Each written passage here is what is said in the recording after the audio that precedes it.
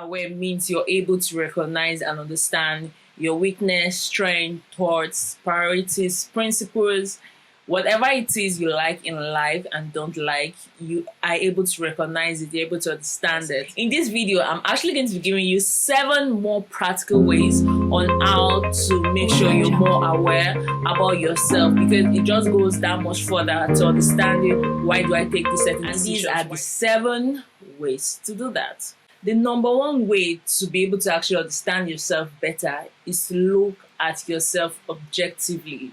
Now, and what that means is being able to tell ourselves the truth. When you look at yourself objectively, it's really easy then for you to be able to tell, okay, these are my weak points, these are my strengths, these are the things I need to build upon for me to be better. Look at yourself objectively. Think back to your past.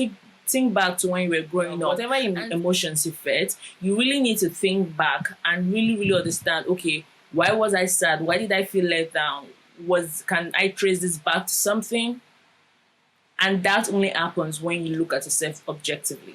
Now, the second way to become more aware is to keep a journal.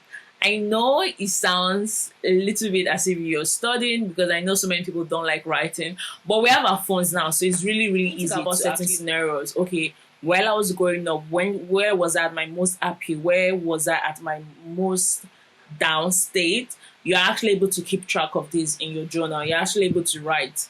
Now, someone told me that anytime you see someone and there's something that really attracts to that person, more probably than not, is because you have the same sign inside of you, or because you have the same energy inside of you.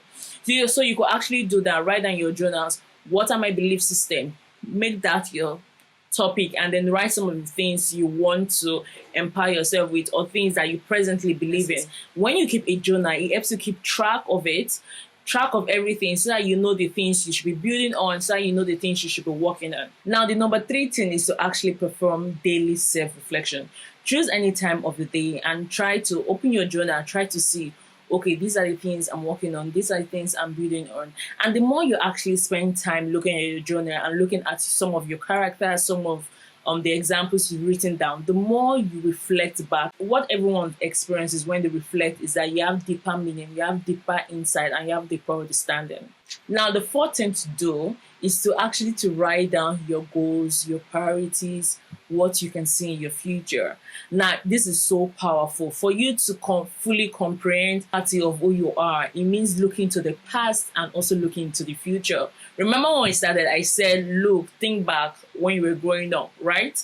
Now, this number 4 is now when you look at, okay, what things do I see in my future? And then by looking at these things, it also gives insight into the kind of person you are, because then you're going to identify what limiting beliefs you have to break. Now, the 5th thing that we advise you to do, but please, only if you have people you actually trust, is to ask them questions.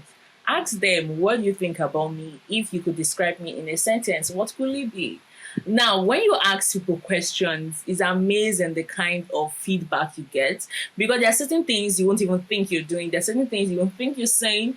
But then when they give you that feedback, it really makes you reflect back. You have something more to reflect on, that, oh, so I really do this. And it could come the feedback could be both negative and positive. So this is when I have to tell you, you need to be able to, when you're asking people questions, you need to be able to deal with the kind of feedback you get, because all the feedback will not be good.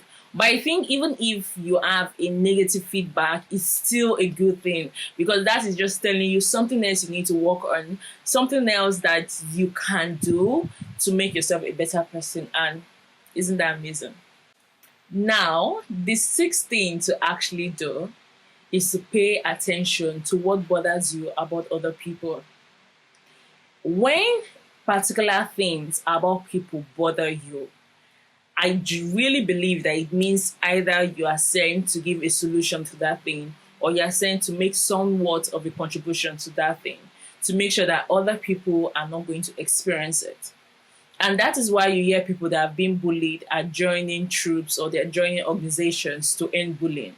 This is where it comes from. It gives you the focus on, okay, how do I move forward? Is this something I I want to join hands with? Is this something I want to donate to? Is this something I want to contribute to? It's for you to continually make time to clarify your values. The reason I use continuously is because as human beings, sometimes we tend to fall in love with new things. So it's really, really important for you to always make time that you're doing daily self-reflections, and also make sure that during your self-reflections, you're taking time to clarify your values. Because there are some things that maybe used to matter to you greatly, but because you've dealt with it, or because you've handled it and overcome it, it's no longer doesn't take that much time and energy from you anymore. So this is when you refocus, you reprioritize your time.